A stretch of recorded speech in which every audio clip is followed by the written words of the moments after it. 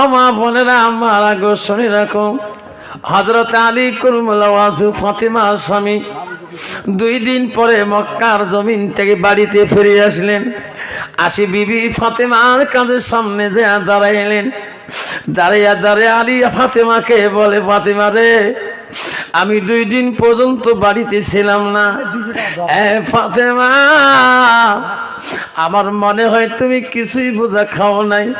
তোমার মুখ কেন শুকিয়ে গেছে, উঠ কেন শুকিয়ে গিয়েছে। ফাতেমা রে, তুমি নবীর বেটি বড় কষ্ট পেয়েছ। মা বলে না, হযরত ফাতেমা উত্তর দিয়ে দিল, স্বামী গো, আমিও ফাতেমা ভালো করে দেখছি গো স্বামী, আপনিও বোধহয় বিদেশে কিছুই খান নাই, আপনার উঠ শুকিয়ে গেছে, মুখ শুকিয়ে গেছে গো স্বামী। ও স্বামী, আপনার থেকে আমি ভালো আছি, আপনার মনে হয় কিছুই খান নাই। যেরকম সুবহানাল্লাহ। কি মোহাব্বতের গল্প, কি মোহাব্বতের ভালোবাসা। আর বর্তমান যুগে নারী যদি স্বামী কয়েকে 2 দিন থেকে বাড়ির নাই, আমি দোস্তের বাড়ি খবর কি কয়েক যা করছেন আর কন্যা, যা কোষে আর কন্যা, ঠিক না ঠিক? আব্বাজান আমার শোনার চানারা, ও বন্ধুরে, হযরত আলী বলে, ফাতেমা রে, আজকে আমি একটা কথা বলতে চাই। ফাতেমা, জীবনে তোর জবান দিয়ে মুখ দিয়ে কোনোদিন এমন একটা কথা বললি না। ও ফাতেমা, আজকে তোর জবান দিয়ে এমন একটা কথা বলে, তুমি কি চাও আমার কাছে আমি যাতে আনি তোমাকে দিতে পারি, খোয়াতে পারি? ফাতেমা বলল, না না না না স্বামী গো, আমার আব্বা মরণের আগে বলে গেছে, ফাতেমা, আমার আলী গরিব রে, আলীর কাছে এমন বস্তু চাইও না মা, আমার আলী কষ্ট পাবে মা, আমার আলী কষ্ট পাবে মা, আমি রাসূল বড় কষ্ট পাওয়া। না গো স্বামী, না না, আমি তোমার কাছে কিছুই চাই না। আলী বলছে, না ফাতেমা, তুমি যদি আজকে মুখ ভরে কিছু চাও, কোনো বলো, যদি আমি খুশি হয়ে যাব। ফাতেমাকে আলী এত ভালোবাসে রে। স্বামীর ভালোবাসা দেখি হযরত ফাতেমা বলল, ওগো স্বামী, তোমার ভালোবাসা আমি ভুলতে পারি না। স্বামী গো, আমি ফাতেমা আজকে তোমার কাছে মহব্বতে চাই কি, আমাকে একটা ডালিম ফল আনি আপনি খাওয়াবেন। যেরকম সুবহানাল্লাহ, যেরকম সুবহানাল্লাহ। কি ফল? যেরকম ফাতেমা ডালিম খাইলেন, চাইলো রে, আলী বড় খুশি হইল।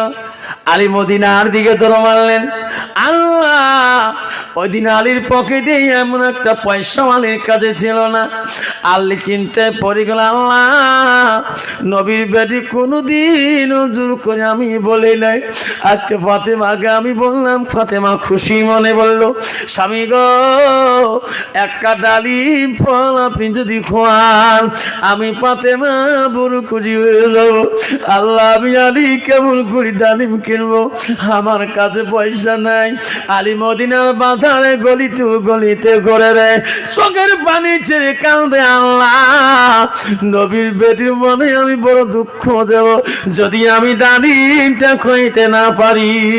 হযরত আলী মদিনা বাজারে ওই কাজের সন্ধানে চলে গেলেন। কাজ করি হলো, পয়সা কামাই করে ডালিম নিয়ে যাবে। হযরত আলী কিছু কাজ করিয়া ওই সামনে ডালিমের দোকানি দেখে, দৌড়ে যা দোকানি কি বলে, দোকানি রে, আমাকে একটা ডালিম দে। ও দোকানি পয়সা নাও। দোকানি পয়সা নিয়ে হযরত আলী হাতে ডালিমটা দিয়ে দেয়। সুবহানাল্লাহ। আল্লাহ বলে, জিবরাইল, কে? জিবরাইল, তাড়াতাড়ি যা। আলী ডালিম নিয়ে বড় খুশি হয়েছে রে। জিবরাইল, এই ডালিম যদি ফাতেমা পেটে না যায়। জিবরাইল রে, আলীর কাছ থেকে এমন ভাবে ডালিমটা কাড়িয়া, এমন ভাবে তুমি আনবা, আলী যাতে তোকে চেনে না, তোর নাম জিবরাইল। সুবহানাল্লাহ। সুবহানাল্লাহ বাইত করবেন, এটি করবেন। সুবহানাল্লাহ। আর সুবহানাল্লাহ।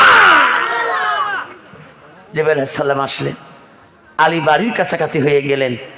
জিবরাইল আলাইহিস সালাম আসি বলে, আসসালামু আলাইকুম আলী করুল্লাহ। আলী বলো ওয়ালাইকুম সালাম। কি নাম বাবা? জাহাঙ্গীর আলম।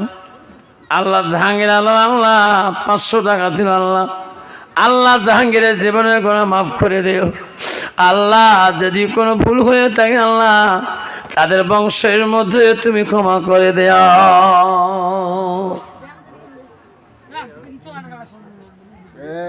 আম্মাজান আমার শোনা চাক হযরত জিবরাইল আলীর সামনে এসে প্রশ্ন করে, আলী রে আমি একটা দিন ভিখারি মুসাফির, আমাকে কিছু তুমি দান করবা নাকি?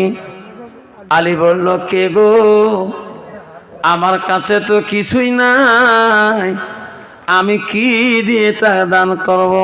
ভিখারি রে আমার কাছে কি আছে তো দিয়ে শান্তি করব?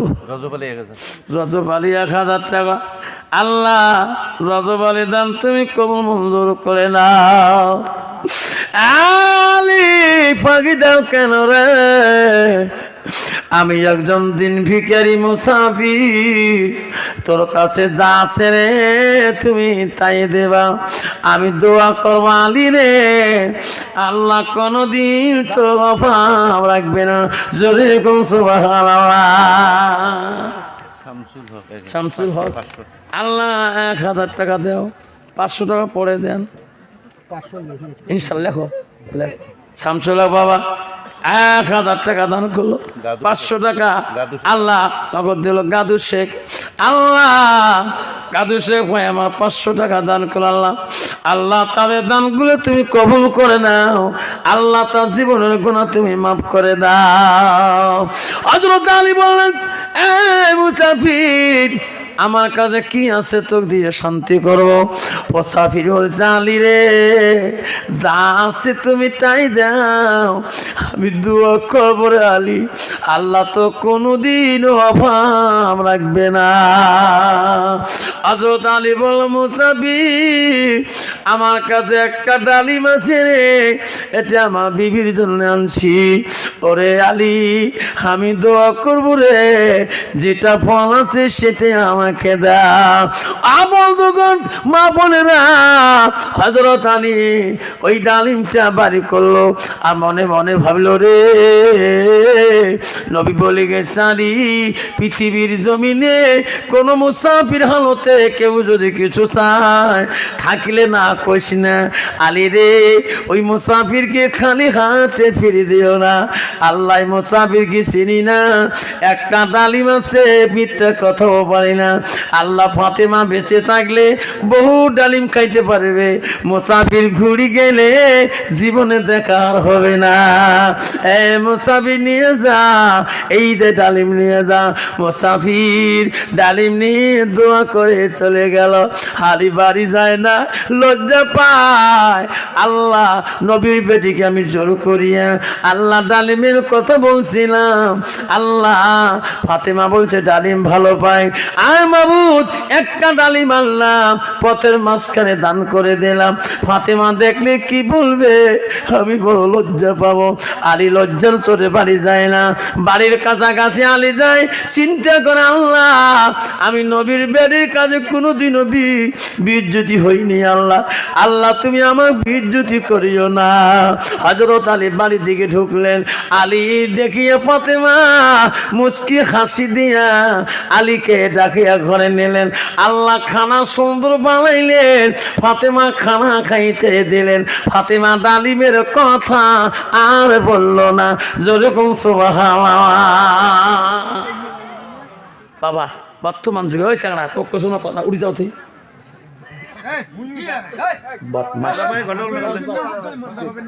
বাবা কথা কোন আর কর না। হাব্বাজা আমার সোনারা হযরত আলী লজ্জা পাইতেছে। আজকে আমি এত লজ্জা হয়ে যাব, ফাতেমা যখন ডালিমের কথা বলবে। আল্লাহ আমি জীবনে ফাতেমার কাছে লজ্জিত হই নাই। লাস্টের মধ্যে আলী যখন ওই ভাবনা করি ফাতেমা যখন শুয়ে বললেন, আলীও ফাতেমার কাছে যখন শুয়ে বললেন, ফাতেমার কথার দিকে আলী চিন্তা করে, আল্লাহ কখন বা কয় এমন সময় আলী বিছনা শাখার সাথে সাথে বাইরে কে বা আলীর নাম ধরে ডাকতেছে, আলী রে আলী তুমি ঘুমাইছো নাকি? উঠো আলী তুমি উঠো। আলী রে কোনবা মানুষ একদম চিনি না, তোমার বাড়ি একটা টোপলা পাড়ে দিল। হযরত আলী বিছনার থেকে উঠে দেখে লোকটা হাতে একটা টোপলা টানিয়ে বলল, আলী রে আমি রাস্তায় যেতেছিলাম, তোমার বাড়ি ঠিকানা দিয়ে লোকটা চলে গেল। আলী আমি জানি না ব্যাগের ভিতরে কি আছে তোমার বাড়ির জিনিস। হযরত আলী ঘরের ভিতরে যে ওই ব্যাগটা খুলিয়ে দেখে রে একটা না 10টা ডালিম, সুন্দর সুন্দর ডালিম ব্যাগের ভিতরে সাজানো করা। ফাতেমা বলে, স্বামী গো বাইরের থেকে কি নিলেন? কয় ফাতেমা ব্যাগের ভিতরে কি? কয় ডালিম। কয়টা? 10টা। ও স্বামী 10টা ডালিম কাই খাবে? ফাতেমা তুমি না বলছো? না না আমি তো 10টা ডালিমের কথা বলি নাই। ও গো স্বামী আমি একটা ডালিমের কথা তোমার কাছে বলছিলাম। কয় ডালিমের কথা বলছি ফাতেমা? তোর এখন কয়টা? ফাতেমা বলছে আমি একটা ডালিম চাচ্ছি, 10টা চাইনি তো। 10টা ডালিম কুড়ি পাইলেন? কাইবান ভুলে আমার বাড়িতে দিয়ে গেছেন। এই ডালিম ভাই আমি ফাতেমা খাবো না, এই ডালিম ভুলেও আমার বাড়ি ঢুকে গেছে, আমি রিটার্ন দেন।